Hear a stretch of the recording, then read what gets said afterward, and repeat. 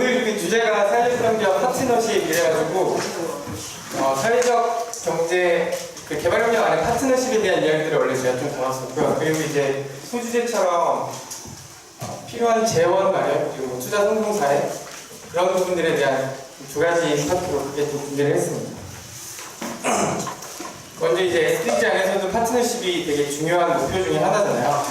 근데 SDG가 이제 통합적으로 다양한 이해관계자들이 협력해서 이제 글로벌한 이슈들을 푸는 걸로 우리가 생각하고 있는데 그 파트너십 하면 굉장히 막연하잖아요. 근데 좀 구체적으로 우리가 그 개발협력 안에 이해관계자들 한번 생각해 보면 좋을 것 같아요. 누가 있죠? 뭐 NGO도 있고 그리고 누가 있죠? 개발협력하는 이해관계자들 정부 그리고 뭐 UN 글로벌 컴팩트 국제기구 뭐 국제정부 그리고 또 어디가 있을까요? 기업도 있겠죠? 뭐 CSR 이렇게 하는 것처럼 그리고 또 현지 사람들, 개발사국의 현지 사람들, 개발협력에서 이 사람들이 파트너십 잘하고 있나요? NGO랑 기업 잘하고 있나요? 네. 정부랑 NGO, 정부랑 기업. 근데 이 파트너십이란 말은 개발협력 이제 현장에서 일하시는 분들도 계시니까 느낌이 오시겠지만 이 다양한 이해관계자들이 정말 하나의 목적을 가지고 움직여야 되는데 근데 이해관계가 다 달라요. 정부는 솔직히 정치적 이해관계가 크죠.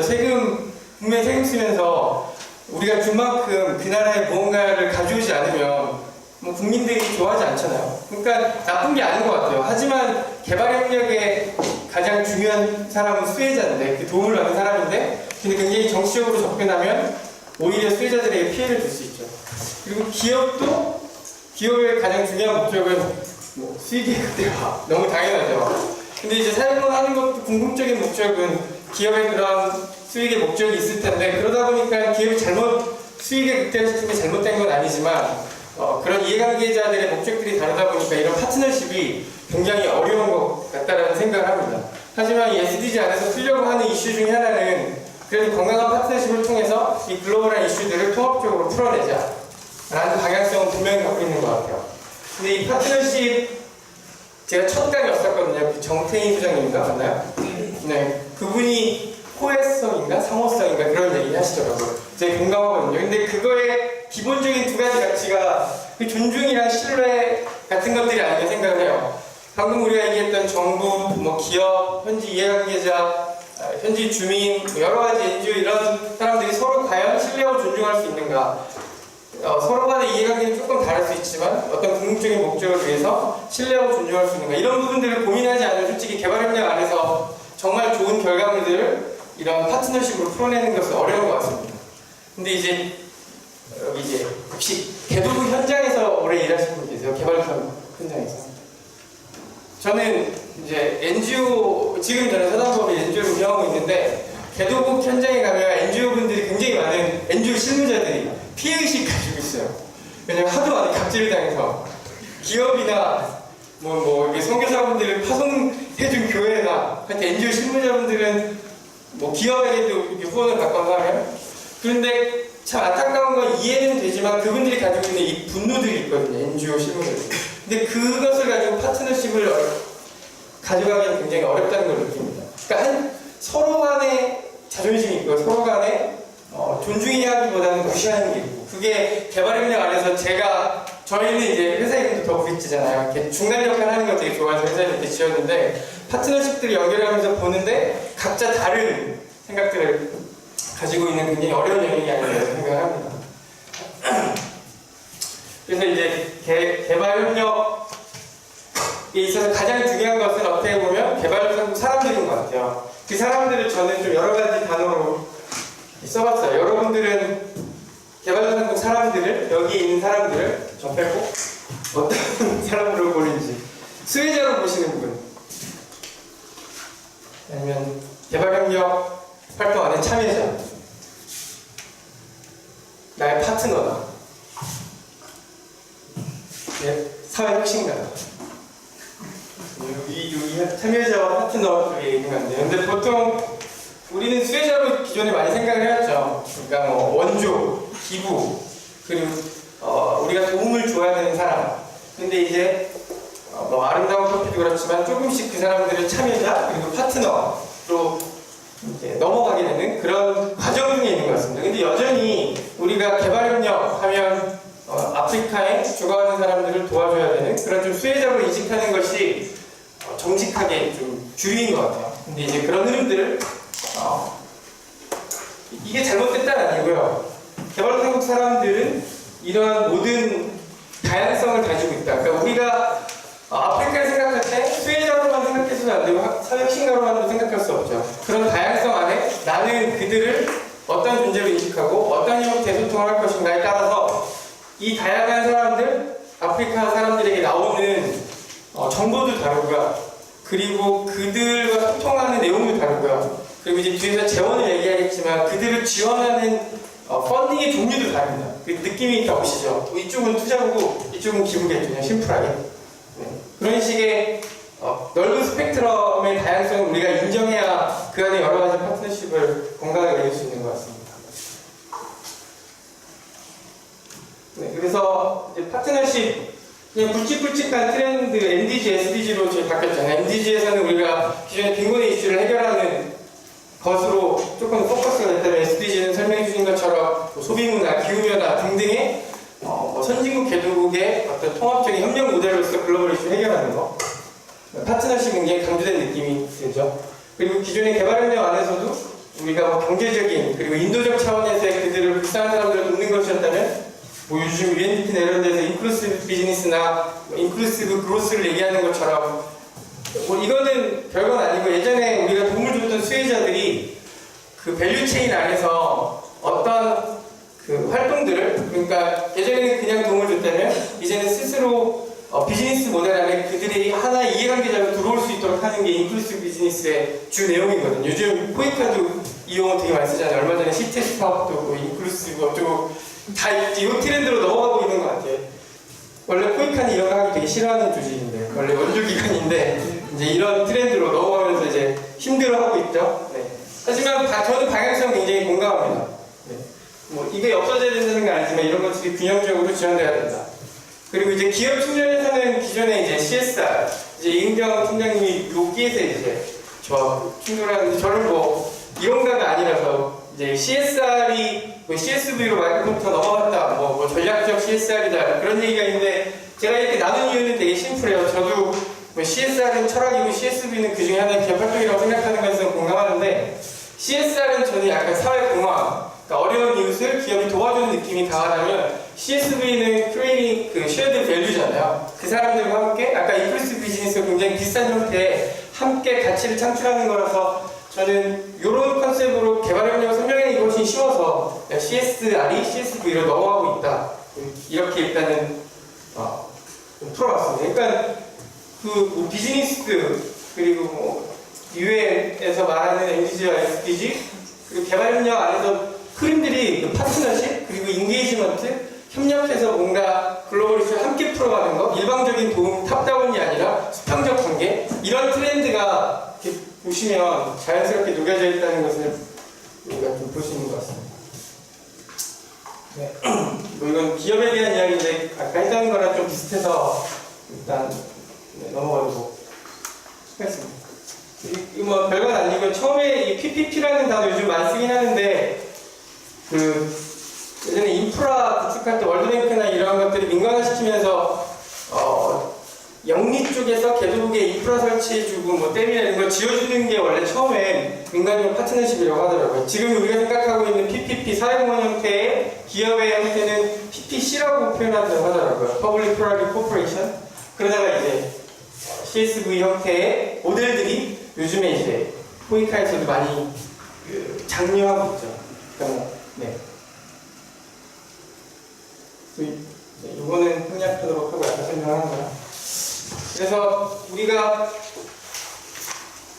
다시 좀 서론으로 넘어가서 다시 글로 돌아가면 개도국의 사람들이 인식하는 방법에 따라서 그들과 소통하는 내용도 다르고 방법도 다르고 펀딩하는 종류도 다르다고 했잖아요.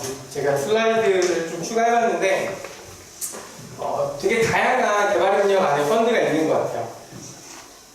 가장 쉽게 도네이션에서 그랜트 자금이 있고 그리고 제일 오른쪽에는 이제 투자가 있죠. 그리고 중간에는 요즘에 핫 임팩트 인베스팅이 있고, 임팩트 도네이션은 제가 만든 거. 저희 더블리치가 하고 있는, 뒤에 조금 이따 설명할 건데. 그래서 아시겠지만 왼쪽으로 가면 오른쪽이네요. 네. 소셜 임팩트 쪽이 조금 부각되어 있는 쪽이고, 오른쪽은 파이낸셜 임팩트가 강한데, 포인터, 아시는 것처럼 빌 앤 멜린다 재단, 조금 더 브랜드성 자금이고, 글로벌 기빙은 국내 기아 대책 그런 거라고 생각하시면 됩니다. 월드비전.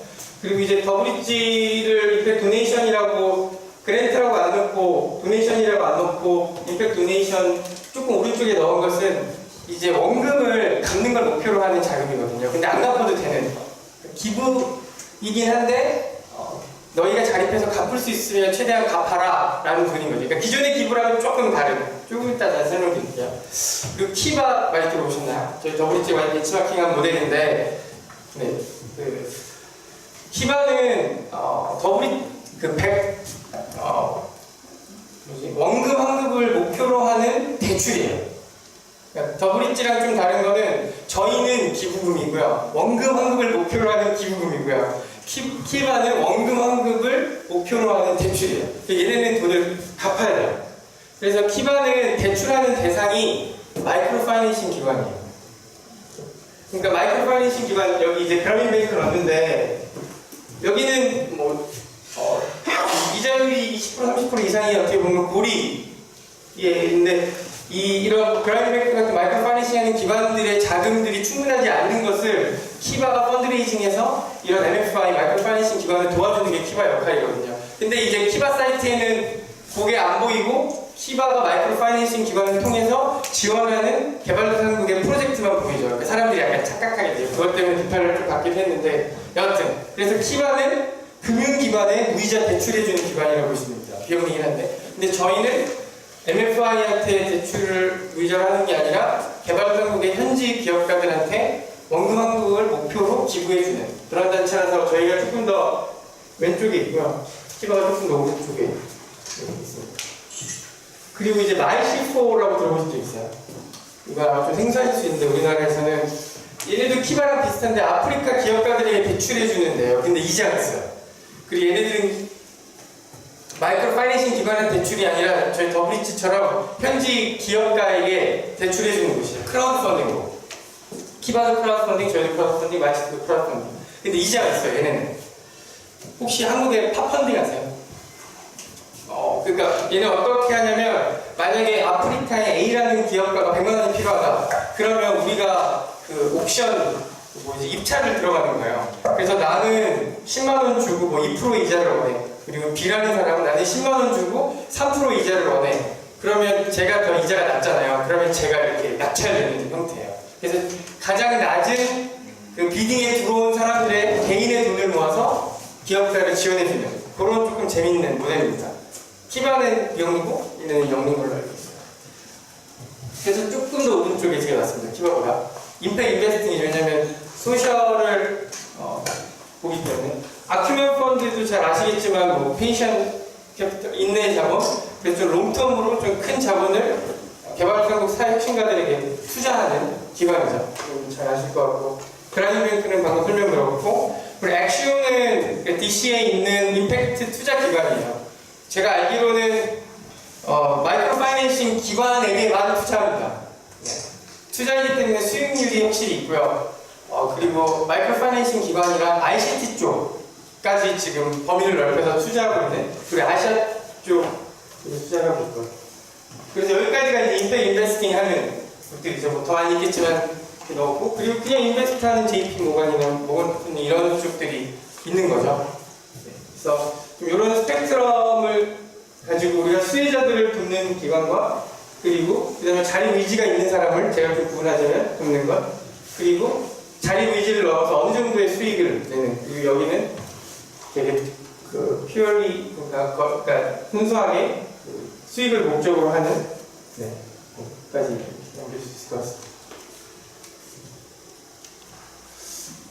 다 설명해버렸네. 네, 키바 이거야. 지금 한 160만 명을 지원했어요. 진짜 거대한 조직이고, 페이먼트 레이시 한 97% 정도 되고, 3개의 국가에 나와 있습니다. 설명했던 그 마이시포라는 곳이고요. 한 2만 개의 프로젝트를 진행했네요. 나중에 들어가 보시면 재미있는 인사이트들을 확인하실 수 있을 겁니다. 그래서 이제 저희 WT 펀딩 모델을 좀 설명을 좀 구체적으로 드릴게요. 그래서 이제 아까 제가 극단적으로 기부와 투자 양 극단에 얘기를 했는데 그 기부와 투자의 중간에 있는 사람들이 있어요. 개도국 가면 제일 많은 사람은 불쌍해서 죽어가는 사람도 아니고 어떤 투자를 받을 만큼 아주 매력적이고 탁월한 수익 모델을 갖고 있는 사람도 아니고 자립 의지와 열정이 있는 사람들이 대부분이에요. 근데 그 사람들을 도울 수 있는 자금은 별로 없어요. 왜냐하면 기부금 딱 하면 딱 죽어가고 고생하는 사람들을 돕는 게 기부금이기 때문에 그들에 대해서 기부금을 좀 적합하지 않은 것 같고 투자하기에도 조금 애매하죠. 왜냐하면 아주 뭐 작은 비즈니스 하려고 하는데 어떤 투자자가 그 사람들을 지원하겠어요. 그리고 이제 그 기부가 가지고 있는 보이지 않는 단점이 있어요. 여러분 다 기부 한 번씩 해보셨겠지만 기부할 때 어떤 마음으로 기부를 하시는지 한번 생각을 해보세요. 기부할 때 근데 물론 우리가 의도적으로 그런 건 아니지만 어떤 생각을 하냐면 우리가 자본주의 시대에 살고 있잖아요. 그래서 모든 가치를 돈으로 살 수 있잖아요. 동의하나요? 그런 시대에 살고 있거든요. 그렇기 때문에 돈이 많은 사람이 조금 더 가치 있어 보여요. 아닌가? 나만 그런가? 돈이 없으면 좀 가치 없어 보여요. 아니면 우리나라에 있는 외국인 노동자, 탈북자분들 우리보다 가치 없는 거 아닌데 가난하고 힘들기 때문에 그런 게 있잖아요. 그게 이 자본주의가 주는 보이지 않는 그 돈의 힘인 것 같아요. 그러다 보니까 우리가 기부할 때도 기부를 받는 사람이 기부를 하는 사람보다 조금 더 열등하다라는 착각을 무의식적으로 우리도 하게 돼요. 내가 조금 더 가치 있는 사람처럼 느껴지는. 근데 그건 잘못됐잖아요. 돈 많은 사람이 더 우월하고 돈 없는 사람이 더 열등한 거 아니잖아요. 모든 사람들이 존엄하다라는 거는 다 알겠잖아요. 평등하다라는 건. 근데 그렇지 않은 왜곡된 자본주의 시대 우리가 살고 있거든요. 그래서 우리가 기부할 때 되게 조심해야 돼요. 이런 생각을 하지 않도록. 하지만 투자는 굉장히 수평적이죠. 왜냐하면 이 사람의 가치를 보고 돈을 주는 행위이기 때문에. 근데 문제는 투자의 궁극적인 목적이 항상 그 돈을 버는 데 있는 거죠. 원래는 그렇지 않은데 투자의 목적 원래 그게 다가 아닌데 그렇게 돼버렸고 또 월가에서 뭐 뱅커들은 이불이다 막 이러면서 막 시위하고 하는 것이 그리고 이런 금융위기가 오는 것이 결국은 돈을 가진 사람들이 투자해서 돈 놓고 돈 먹는 노래를 하는. 그러니까 기부와 투자가 다 굉장히 필요하지만 우리가 이 왜곡된 자본주의 시대에 부작용들이 있을 수 있다. 그러면 우리는 개도국 사람들을 어떻게 인식하고 이 중간 지점에 있는 사람들을 어떻게 도와줄 것인가. 그래서 이제 임팩트 기부라는 금융 모델을 하나 만든 거죠. 아주 피곤한. 그래서 이제 개발도상국에 자립하고자 하는 기업가가 있으면 그 사람 프로젝트를 받아서 우리가 크라우드 펀딩으로 이제 모금을 해서 이제 그 사람이 사업을 시작할 수 있도록 자금을 지원합니다. 말씀드린 것처럼 이들의 목적은 원금을 2년 안에 환급하는 거. 근데 못 갚아도 법적인 구속력이 없습니다. 우리는 기부금을 일단 주는 거기 때문에. 그래서 이들이 갚은 돈은 다시 다른 프로젝트에 자리부기해서 재기부하게 됩니다. 그러니까 만약에 A라는 분이 10,000원을 기부해서 이 기업가가 열심히 자립했는데 10,000원까지는 못 갚고 한 8,000원을 환급하는 거예요. 그럼 그 8,000원을 다른 자립 비즈니스를 해서 또 기부하고 또 5,000원이 돌아오면 그 5,000원을 또 기부하고 2,000원. 궁극적으로는 처음에 10,000원이 사라지게 돼요. 언젠가는. 그래서 1,000,000원에 대해서는 저희가 비영리 하다보니 세금 문제를 합니다. 그래서 임팩트 투자라고 얘기 안 하고 임팩트 기부라고 얘기하는 건 1,000,000원에 대한 세금 문제를 해줄 수 있기 때문에 원래는 임팩트 투자예요. 그냥 세련된 용어로 필란트로픽 임팩트 인베스트먼트, 자선적 형태의 임팩트 투자인데 그런 용어 안 쓰잖아요 우리가. 그래서 저희가 임팩트 기부라는 용어로 했습니다.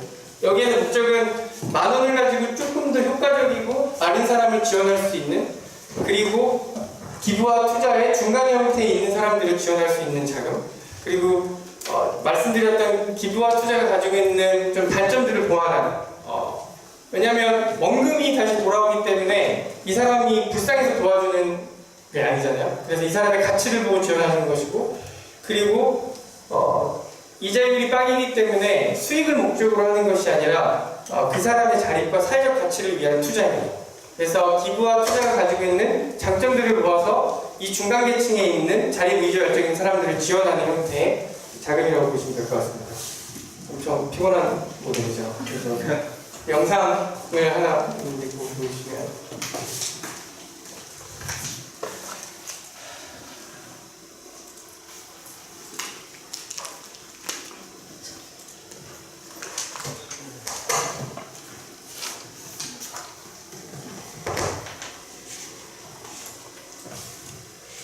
Why do we call helping the rich as investment, but helping the poor as cost? It's a quote from the former president of Brazil, Lula. Although donation is a necessary social investment to tackle poverty, it indeed sounds unfamiliar to call donation an investment, for it doesn't make financial returns.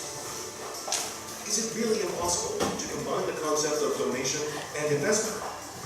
The Bridges Impact Donation originated from this question. Then, how does impact donation work? First, go through the stories and social impacts of each project in developing countries on the website. Then, make an impact donation on the project you like through the means of crowdfunding. 100% of the funds raised through impact donation are given to the local entrepreneurs without commission. Then, the local entrepreneurs initiate their business for self-reliance and repay the principal according to the rate of self-reliance. A portion of the repayment is returned to donors as impact points, and those points can be donated to other projects, expanding the virtuous cycle of donation. Another portion of repayment is used as the operating fund for the bridge. Through this approach, the bridge pursues to be a global social enterprise, which grows together with self-reliance of developing countries. Not only that, the cash flow of each project is transparently open to the public on the website. Social impacts generated from the donations are analyzed and reported in impact sharing reports to the donors. Impact donation for a smart view. Amazing changes of the world begin from you. Casting a new light on donation. The value of togetherness. The bridge. 네. 그 영어로 그렇게 한 이유는 조금 더 쿨해 보이기 위해서 라고 얘기해. 그것도 있고요. 그리고 저희가 딱 봐서 아시겠지만 이게 국내에서 펀드레이징이 안 돼요. 왜냐면 아직 국내에서의 기부 문화 인식은 불쌍해야 도와주는 거거든요. 근데 저희가 불쌍한 사람들을 돕는 게 아니잖아요. 우리보다 가난하지만 열정과 의지가 있는 사람을 돕다 보니까 한국 사람들이 왜 도와줘야 되지? 라는 생각을 해요. 근데 빈곤의 근본적 이슈를 해결하는 건 굉장히 좋은 툴이잖아요. 그래서 이제 북미나 유럽 쪽에서는 이런 형태 키바나 마이시포 같은 것들을 보면 사람들이 정말 쿨하다고 얘기를 하거든요. 이렇게 근본적으로 빈곤의 이슈를 해결하네. 이제 저희가 15년 내에 법인을 미국에 세웠거든요. 미국 안에서도 페이퍼를 사람들이 결제할 수 있고 참여할 수 있도록. 그래서 이제 한영으로 만들어서 한국, 미국 사람들이 참여할 수 있도록 했습니다. 네. 아마 질문들이 좀 있으실 텐데 나중에 한꺼번에 받도록 할게요. 그래서 저희 웹페이지 스크린샷이고요. 동그라미 안에 3개의 색깔은 각 프로젝트가 창출한 사회적 임팩트예요. 보건, 환경, 의료, 에너지, 인권, 교육 등등. 그래서 이제 각 사람들이 본인이 생각하기에 관심 있는 소셜 임팩트를 국가와 소셜 임팩트에 따라서 포트폴리오를 구성해서 임팩트 기부를 할 수 있도록 하는 거죠. 그리고 커피숍, 그리고 솔라 홈 시스템, 가난 여성들의 벽이 사업, 그리고 협동조합 등등 여러 가지 사업들을 저희가 전 세계에 하고 있고요. 특히 이 캄보디아 가운데 있는 이 사업은 솔라, 오프그리드 전력망이 없는 중앙전력망이 들어가지 않는 지역에 이제 태양광 패널을 이렇게 설치해주고 이런 전등이랑 휴대폰 차지할 수 있는 그런 형태의 비즈니스를 3, 4년 전에 시작해서 운영하고 있는 엘리스라는 곳입니다. 그래서 저희가 가지고 있는 키워드는 이제 신뢰와 공간 성장, 함께 성장하는 거, 그리고 이제 소셜 파이낸스는 더블리츠의 금융 모델이고요. 그래서 아까 제일 앞단에 제가 파트너십 말씀드렸잖아요. 그러니까 개발협력 안에서 이 트러스트가 협력과 존중이 없는 개발협력은 솔직히 좀 반쪽짜리인 것 같아요. 그러니까 우리가 일방적으로 누군가를 돕는 형태의 개발협력은 끊임없이 그 순환을 겪어야 되거든요. 그래서 그들이 스스로 자립할 수 있다라고 생각하는 것, 그들 안에 우리가 가지지 못한 그런 역량이 있다는 것을 신뢰 진짜 쉽지 않습니다. 개발협력하면서 개도국 사람들을 신뢰한다는 건 정말 어렵지만 그럼에도 불구하고 반드시 건강한 개발협력으로 가기 위해서 우리가 넘어야 되는 산인 것 같아요. 그리고 함께 성장하는 거.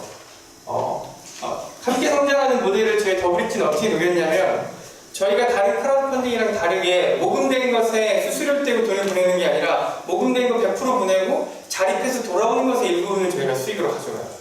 왜 뒤로 이렇게 모델을 포함했냐면 앞에서 모아진 거에 수수료를 떼면 이 사람들이 자립한 건 저희 수익 모델과 연관성이 없어요. 우리는 펀드레이징을 많이 하면 수익이 나는 기관이 되는 거잖아요. 근데 뒤에서 우리가 수수료를 떼면 이 사람들이 자립을 못하면 저희는 수익이 없어요. 한 푼 못 갚는 사례도 2건 있거든요, 지금까지. 그럼 저희는 수익이 없어요. 대신에 이분들이 더 많은 환급을 하면 저희도 함께 수익이 높아져요. 그러니까 결국 이분들이 개도국 사람들이 잘 되면 우리도 잘 되고 안 되면 안 되고 그러니까 정말 무모한 수익 모델을 디자인한 거죠. 네, 웃으시는 분들은 쟤네들이 참 무모하구나라는 게 그래서 처음에 저희는 영리를 시작을 했어요. 마이스포처럼. 근데 이 수익 모델을 유지하려면 비영리로 바꿔야겠구나. 그래서 비영리로 중간에 정말 전환을 했습니다. 왜냐면 돈을 버는 것보다 저희는 조금 더 이런 사회적 가치, 개도국 사람들과 수평적으로 협력하고 그리고 함께 성장하는 것이 더 중요한 조직이라서 어려운 선택을 했죠.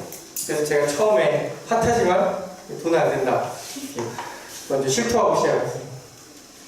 저희 미션 스테이트먼트는 선한 자본 흐름 창출을 통한 개도국 사람들의 주체적 자립과 인간의 주렁성을 거창하게 미션이라도 거창해야 힘이 나니까 그래서 이제 저희는 지금 현재 한 80개 정도의 개도국 파트너들이 있어요. 저희 더블리치에게 자금을 지원 요청할 수 있는 그리고 한 20개 국가 정도의 저희가 지금 나가 있습니다. 그리고 아까 말씀드렸듯이 미국이랑 그리고 가나 프놈펜에 현지 법인이 있는데 재밌는 거는 가나 프놈펜에 저희 현지 법인 운영하는 친구들 한국 사람이 아니라 현지 사람들이에요. 네, 이 얘기도 좀 재밌는 것들이 있는데 나중에 시간이 있으면 설명드리도록 하겠습니다. 그래서 이제 임팩트 파이낸싱 그 펀딩에 대한 토픽으로 좀 돌아오면 저희가 임팩트 도네이션으로 5,000불 미만으로 지원을 해요. 왜냐면 이게 일단 기부금이고 이 사람들이 상환하지 환급하지 못하는 것에 대한 리스크를 항상 지고 있기 때문에 일단 정말 이 사람들이 신뢰할 수 있는 기업 파트너인지 아닌지를 한 3,000불에서 5,000불 정도 사이에 제가 크라우드 펀딩으로 지원을 합니다. 근데 그 중에 2년 안에 원금을 다 갚은 그리고 지속 가능한 비즈니스 모델을 만든 기업들이 나타나기 시작합니다. 그리고 이 친구들이 저한테 얘기를 하죠. 실제 사례로 아까 그 캄보디아 솔럼 시스템 하고 있는 거기는 3명으로 시작했어요. 근데 3년 동안 저희가 2번 자금을 지원했는데 다 100% 환급을 했어요. 그리고 직원이 40명이 있어요. 솔럼 시스템으로서는 캄보디아에서 본인 얘기로는 자기네들이 점유율이 제일 높대요. 그러니까 저희보다 커진 거죠. 그리고 더 이상 5,000불 정도의 자금이 필요 없다. 한 2억 정도의 이제 투자가 필요하다. 이렇게 얘기를 하는 거예요. 그래서 너무 좋은데 되게 부러운 거죠. 이제 캄보디아 성공한 기업이 나왔고, 그러면 이제 여기 스테이지 1을 졸업하고 이제 투자 연계를 해줘야 되는 거죠. 그래서 저희 더블리치 미국 법인이 하는 역할 중에 하나가 이렇게 잘 자립한 개도국 기업들이 투자받을 수 있도록 임팩트 인베스팅을 받을 수 있도록 투자자를 연계하는 거. 이거 한국에서 하면 참 좋겠는데 한국에서 임팩트 인베스팅 개도국이 하는 데가 없어요. 뭐 크레미스랑 뭐 디스트리 주들리가 몇 개가 있는데 그렇게 규모가 큰 상황은 아닌 거야. 그런데 재미있는 게 이런 데 관심이 있는 사람들이 점점 많아지고 있습니다. 어제도 뭐 임팩트 파이낸스인가 뭔가 무슨 전이 총무와 사회 한국사회 투자 이종수 이사장님이랑 해가지고 뭐 이렇게 몇천억짜리 임팩트 파이낸스를 만드셨더라고요. 그 중에 일부분의 포션을 개도국에 투자하겠다 뭐 이런 것들이 있고 또 이제 성공한 기업가들 있잖아요. 나이가 한 60, 70 됐는데 이제 은퇴했어. 근데 이런 기업 하시는 분들은 도네이션 하시는 분들도 있지만 조금 더 효과적으로 개도국 사람들을 지원하고 싶다 이런 어르신들이 있거든요. 이제 그런 분들이 뭐 5천만 원, 많게는 뭐 1억 이런 자금들을 시니어들이 모아서 개도국에 수익률이 낮아도 좋다. 0이라도 좋다. 원금만 받아도 좋다. 근데 그냥 불쌍하다고 듣는 거 말고 좀 지속 가능한 모델에 대해서 지원하고 싶다. 이런 분들이 이제 모이기 시작해요. 왜냐면 저희 더블리치가 임팩트 도네이션이 그런 식으로 운영이 되니까. 그래서 이제 아까 그 AS 캄보디아 솔럼 시스템 하는 데에는 지금 5천만 원씩 4번 임팩트 투자하실 분을 지금 찾아놓은 상태예요. 그래서 이게 어떻게 될까? 정말 스테이지 1을 잘 졸업해서 이 임팩트 인베스팅까지 연결되는 이제 좋은 사례들이 나오면, 그러면 사례가 하나 나오면 더 많은 자금들을 우리가 연결시킬 수 있을 것 같다는 생각합니다. 개도국에 잘 자립한 사회적 기업가들이 생각보다 엄청 많아요. 되게 존경스럽고 마인드셋도 그렇고 비즈니스도 잘하는. 근데 그들이 받을 수 있는 투자 자금은 거의 없어요. 왜냐면 외국에 뭐 JP 모건이나 이런 데에서 5천만 원 투자하겠어요. 듀 딜리전스 가는데 얼마 드는데. 그렇잖아요. 그러다 보니까 개도국 막 ICT를 통해서 전국 단위의 비즈니스를 하는 이런 사업이 아닌 이상은 그 투자자에게 매력 있는 상품들이 별로 없어요. 비단 임팩 인베스팅 하는 데라도 아마 크레디스나 디스트리뷰도 마찬가지일 거예요. 5천만 원 1억 사업 가지고 얼마 되겠어요. 그렇기 때문에 이제 이런 크라우드 펀딩을 통한 지원, 그리고 아까 말했던 무이자라 할지라도 이자율이 낮더라도 그들의 자립을 지원하고자 하는 좀 자본가들의 펀딩, 이런 것들이 좀 필요한 여러 섹터가 있었잖아요. 수혜자부터 사회혁신가까지. 근데 이 중간에 이 고리가 미싱 미들이라고 하더라고요. 무슨 갭이라고 하지? 파이어니어 갭이라고 하더라고요. 이 수혜자와 여기를 지원하는 돈들은 많은데 이 중간에 지원하는 자금이 없다 보니까 개도국이 단계적으로 성장하지 않고 약간 한쪽으로 치우쳐져 있는 거죠. 그래서 이 중간에 지원하는 자본들에 대한 논의가 핫하다고 생각이 안 나요. 처음에 그 말을 쓰셨는데 그렇습니다. 아니 그래서 그 임팩트 파이낸싱 할 때 이제 이것도 제가 만들어본 단어인데, 저희는 크라우드 펀딩을 하잖아요. 저는 이거 하기 전에, 창업하기 전에 이제 지속 가능 경영이랑 그리고 이제 환경 에너지 쪽, 클라이밋 체인지 쪽 컨설팅 했었거든요. 컨설팅 회사에서. 그런데 이제 저희가 지원하던 컨설팅을 했던 곳들이 정부랑 기업이다 보니까 아까 말한 개발 협력에 대한 그 순수성이 어쩔 수 없이 떨어지는 것에 대한 좀 회의감이 있었어요. 나쁘다기보다는 아쉽다. 그래서 이제 크라우드 펀딩, 그러니까 시민 주도의 자금을 통해서 조금 더 순수하게 개도국 사람들과 소통하고 지원해주는 이제 창업을 시작을 했는데, 그래서 기존에 이제 프라이빗 퍼블릭 파트너십 있잖아요. 거기에 이제 P자를 하나 더 붙여봤어요. 이제 크라우드 펀딩의 이제 P거든요. 그래서 저희는 크라우드 펀딩 회사긴 한데 반드시 그러니까 시민들을 통해서만 자금을 모아야 된다는 아니에요. 시민들과 기업과 정부가 매칭으로도 모을 수 있잖아요. 그렇잖아요. 그래서 PPPP라는 용어를 하나 만들어봤고, 그리고 대신에 여기에서의 차이점은 시민이 주도하는 거예요. 기업과 정부가 주도해서 발생되어지는 부작용을 없애기 위해서 시민이 주도하는 펀딩을 만들 수 있지 않을까. 매칭 펀드를 점점 복잡해지기 시작을 하는데, 그래서 이제 뭐 이런 구도인 거죠. 임팩트 기부, 더블리치 예를 든다면 거기에서 1,000만원, 그리고 정부 국제기구에서 1,000만원, 그리고 뭐 기업이나 이런 데 1,000만원, 3,000만원이 매칭으로 들어갈 수 있는 거죠. 그래서 개도국에 이런 기업들이 잘 자립을 해서 다시 원금을 갚는데, 근데 이제 국제기구 코이카나 이런 코이카는 원조해주는 곳이기 때문에 돈을 다시 받으면 안 돼요. CSR 하시는 분들, 제가 이제 탄소배 출권 관련된 사업을 하면서 많은 이렇게 CSR과 탄소배 출권을 엮으려고 했는데, CSR 자금도 그렇고 원조 자금도 그렇고 돈을 줬다가 다시 받으면 안 되는 돈이에요. 그렇잖아요. 그러니까 여기 매칭 펀드가 기업에서 투자하는 건 이 사람들 수익률을 좀 기대할 거고, 일반 시민들도 수익률이 있으면 좋고, 없어도 되고. 근데 여기는 그 돈이 돌아갈 수 없는 구조거든요. 그러면 매칭 펀드로 지원을 하고, 그리고 여기서 80%만 갚더라도 코이카에서는 원금을 회수할 이유가 없고, 여기에서 자립하게 하는 게 코이카의 순수한 목적이잖아요. 그러면 환급된 것의 나머지를 이런 투자한 기업이나 시민들에게 돌려주면 이 시민과 기업한테는 임팩트 투자가 되는 거죠. 이자가 생기는. 코이카는 더 적은 돈으로 개발당국의 지속 가능한 인클루시브 비즈니스를 달성하는 것입니다. 너무 제가 이제 제 재정부터 코이카 가서 이야기했는데 좋다. 근데 이제 어렵잖아요. 이해관계들이 많으니까. 그래서 이런 모델로 저희는 하려고 합니다. 그리고 이제 시민 주도의 차원에서 보면 이제 조금 일단 포인트를 좀 떼보고 생각을 해봤어요. 기업이랑 일반 시민이랑 이제 같이 매칭 펀드를 구성하는 건데, 뭐 A라는 기업이 1,000만 원을 배도국 자립을 위해서 지원할 수 있잖아요. 그런데 A라는 기업이 직접 1,000만 원을 주는 게 아니라 저희 그 더브릿지를 통해서 1,000만 원을 주면 저희가 10,000원짜리 쿠폰 1,000개를 만드는 거예요. 그래서 A라는 기업 잠재 고객들에게 10,000원짜리 쿠폰 1,000개를 무료로 주고, 그러면 잠재 고객들이 그 쿠폰을 가지고 임팩트 기부를 하는 거죠. 그러니까 이 기업은 1,000만 원을 그대로 썼어요. 근데 내가 직접 개동 사람들을 지원했냐, 아니면 나의 잠재 고객들에게를 통해서 그 돈을 보냈냐의 차이인 거예요.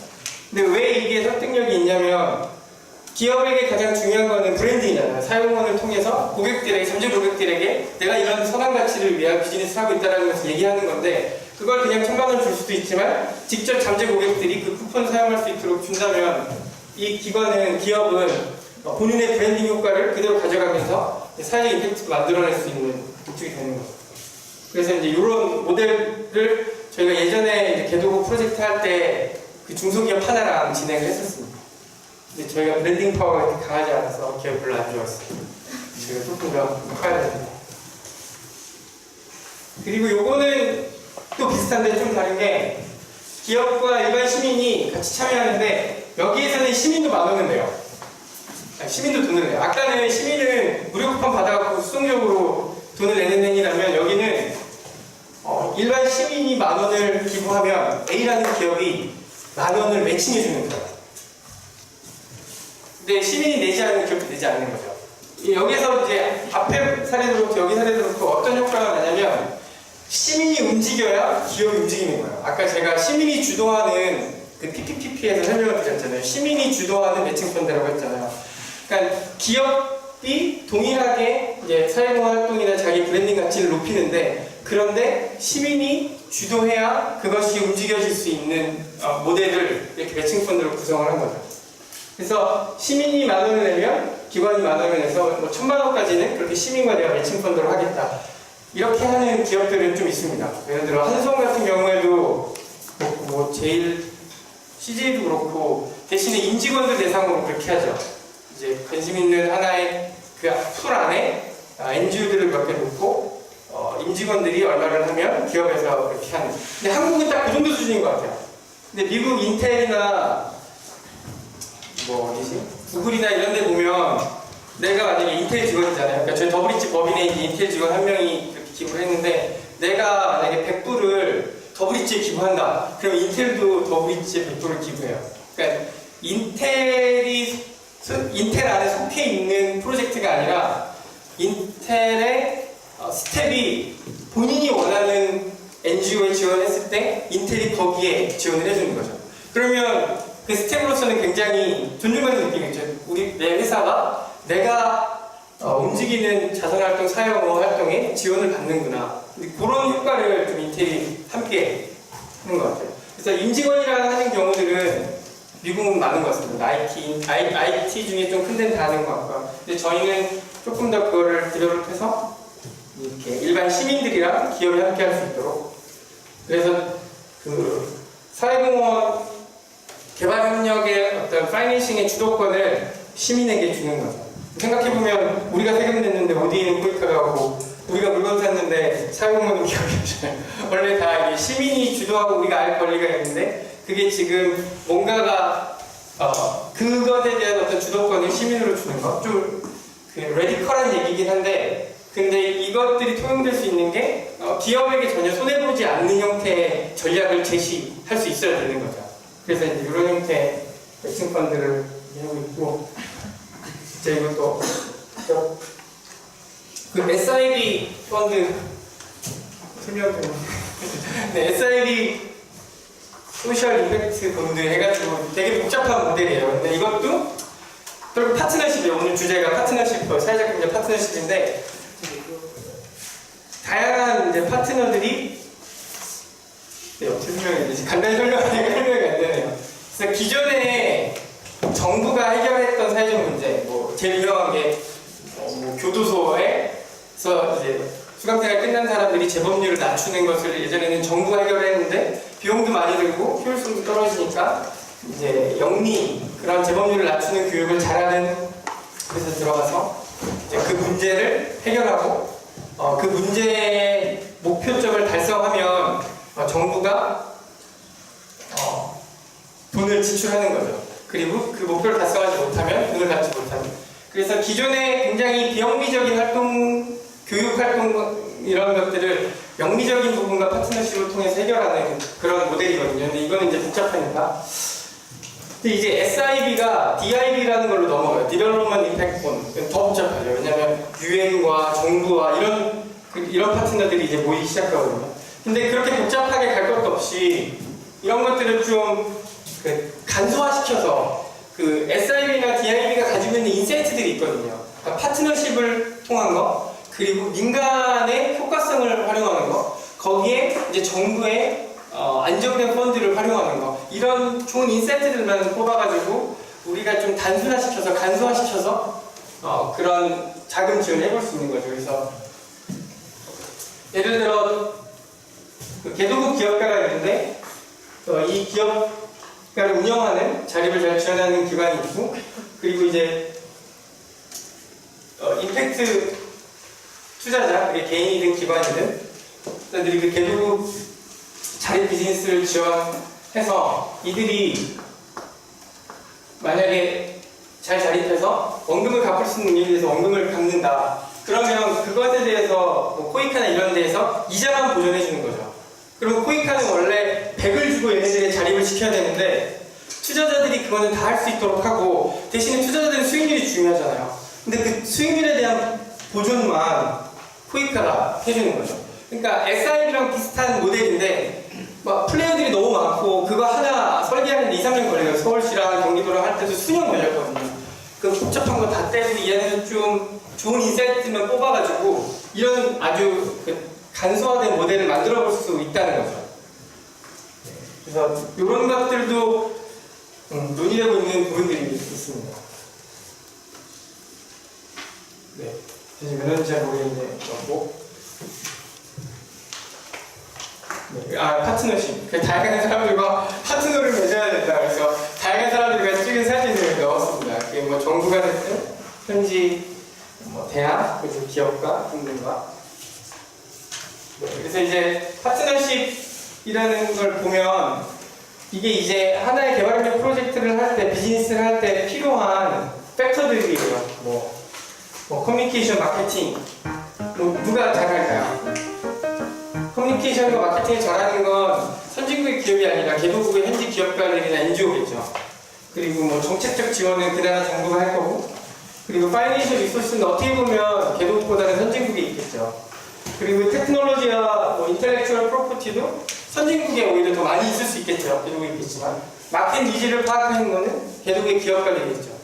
그러니까 제가 이런 다양한 것들을 얘기하고 여러분들에게 말씀드리는 거는 너무 당연한 이야기지만 여기에서 다양한 이해관계자들은 다른 역량을 가지고 있고 수평적으로 협력해야 되는 사람들이에요. 현지 기업가, 현지 정부, 한국의 기술, 그리고 투자자. 그런데 지금 약간 탑다운 형태의 모습으로 많이 되어 있어요. 한국 기업들 중에, 대기업들 중에 개도국에 진출한다 그러면 파트너십보다는 개도국에 있는 저렴한 인건비를, 인력들을 활용해서 비즈니스를 하겠다. 이런 형태의 제안들을 저희가 많이 봤거든요. 근데 그게 아니라 개도국 현지의 문화와 언어와 시장을 알고 있는 개도국 사람들은 그들의 역량이 있는 거고, 기술과 파이낸싱을 하는 건 한국의 역량이라면 이거는 수평적인 파트너십을 가지고 운영해야 되는 겁니다.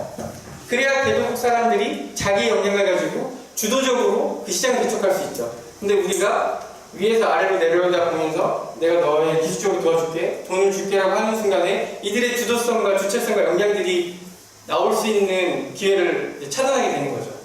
그래서 저는 이 파트너십이 너무 중요한 것 같고, 그리고 그들과 우리가 어떤 관계, 존중과 신뢰라고 하는 어떻게 하면 되게 순진해 보이는 단어지만 그것들이 이 안에서 개발협력 모델 안에서 풀어내서 전략적인 성공 모델들이 이제 많이 나와줘야 되는 때가 아닌가 생각을 합니다. 이건 이제 파트너십 사례 마지막으로 설명드리고 마치면, 이거는 아까 그 캄보디아에 있는 솔라 홈시스템 사업이었는데요. 지금 뭐 제가 투자 위치까지 준비하고 있지만 캄보디아도 GDP가 점점 올라가잖아요. 가정 수입이. 그러니까 예전에는 랜턴 키고 휴대폰 충전만 하면 그냥 좋았는데 아무것도 없을 때. 근데 이제는 우리 집에도 컴퓨터가 있으면 좋겠고 우리 집에서도 TV를 보면 좋겠고 이런 니즈들이 생기는 거예요. 전력망이 들어가지 않는 시골 지역에서도. 그런데 솔라 패널 가지고는 그게 커버가 안 돼요. 그게 DC 전력이기도 하지만 전력량이 약하기 때문에. 그래서 그 사회적 기업가가, 캄보디아 사회적 기업가가 이 문제를 어떻게 해결하면 좋겠냐라고 고민을 하고 있는 찰나에 한국의 LPG 제너레이터, LPG 엔진을 가지고 사업하시는 분이 이제 캄보디아 가고 싶다고 해서 제가 모시고 가서 3자 대면을 해서 나온 모델이에요. 그래서 LPG와 솔라 하이브리드 발전, 미니그리드로 발전 시설을 만드는 거예요. 한 300가구에 솔라랑 LPG 하이브리드로 만들고 솔라로 충당하다가 비가 오거나 전력이 부족하면 LPG가 들어갈 수 있도록 하는, 그래서 그 300가구는 기존보다 10배 정도의 전력을 수급할 수 있는 그런 마을로서 만들어 보자. 그게 이제 이 사업이고요.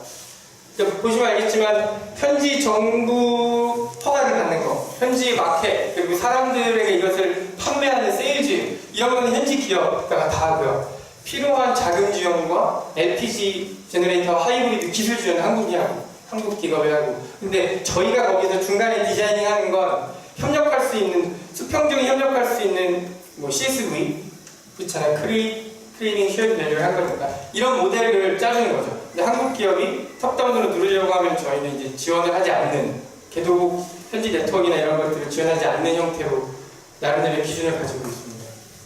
이 친환경 쿡스토브도 한국 기업이 만든 거거든요. 근데 이건 이제 청년 스타트업인데 기술 기반한 스타트업이 라오스에서 이거 판매할 수 있겠어요? 적정 기술 한다고 난리잖아요, 청년들이. 저 많이 찾아오거든요, 저희가 개도국에 네트워크가 많으니까. 근데 대부분 다 가난한 사람을 돕고 싶은 마음에서 시작을 해요. 근데 적정 기술도 비즈니스로 연결이 안 되는 파급력도 없고 이제 일시로 끝나버리거든요. 그래서 이제 이 쿡스토브를 가지고 현지의 시장 조사, 그리고 필요한 기술, 디벨롭이 필요한 기술, 이런 것들에 대한 것을 저희가 이제 라오스에 가서 조사해주는 그런 이제 프로젝트를 환경부 과제로 진행을 했습니다. 근데 되게 재밌는 게 라오스 국립대학의 환경공학과에서는 이 쿡스토브가 어떤 기계적인 결함이나 개선돼야 될 부분이 없는지 마을에 15대를 보급하고 그것들을 모니터링하고 체크하는 역할을 했고요. 그리고 그 현지 정부에서는 쿡스토브 호흡기 질환이 굉장히 심하거든요, 라오스에. 그래서 많은 사람들이 호흡기 질환으로 아이들이 죽기도 하는데, 그래서 이 쿡스토브를 개발하는 리뉴얼 센터가 정부에 있는데 거기에서 이 쿡스토브의 기능들을 개선할 수 있도록 연구소를 허락해주고, 그리고 이 쿡스토브 사업에 관심 있는 개도국 현지 기업가가 이것들을 가지고 라오스는 페이스북이 마케팅으로 짱이더라고요. 그냥 올리면 수백 명씩 보통 누르더라고요. 그래서 이런 것들을 찾아서 주변 사람들에게 이런 것들을 프로모션하고, 그리고 저희 더블리치는 이런 것들 전체를 협력을 디자인하고, 이 플립 하는 데는 기존에는 본인들이 가져가서 세일즈도 하고 마케팅도 하고 다 하려고 했지만 지금은 그 피드백을 받고 기술적인 업데이트와 그리고 단가를 낮추는 것에만 집중하면 되는 거죠. 그러니까 이게 파트너십이거든요. 여기 대표랑 엄청 싸웠습니다. 뭐 본인들이 라오스에 지사를 세우겠다, 뭐 본인들이 뭘 하겠다. 근데 제가 그건 파트너십으로 풀어야 된다고 얘기를 하는데, 그 기술을 갖고 있는 분들의, 그러니까 어렵잖아요. 우리가 이해관계자가 다 다른데 다 목적이 다른 것처럼. 근데 그렇게 좌충우돌 하면서 해결하는 데까지 그 6개월 프로젝트 안에서 그 좋은 결과물이 나와서 제가 계속 이 모델을 디자인하고 있습니다. 그래서 그 파트너십에 대한 것들 쉽진 않지만 이렇게 개발협력과 사회경제를 고민하시는 분들이 건강한 마인드를 가지고, 이게 되게 나이만 얘기인 것 같지만 아까 NGO 설명드린 것처럼 건강한 마인드셋이 없으면 절대 파트너십을 할 수 없습니다. 피해의식이 있거나 뭔가 내가 이렇게 지배하려고 하거나, 그래서 되게 건강한 마인드셋을 갖고 좋은 파트너십을 맺고, 그리고 이제 필요한 자원들을 제가 설명드린 게 어떤 영역에서 도움이 될지 모르지만 잘 투자와 연결 지을 수 있으면 좋겠습니다. 네, 이것으로 발표를 마치도록 하겠습니다.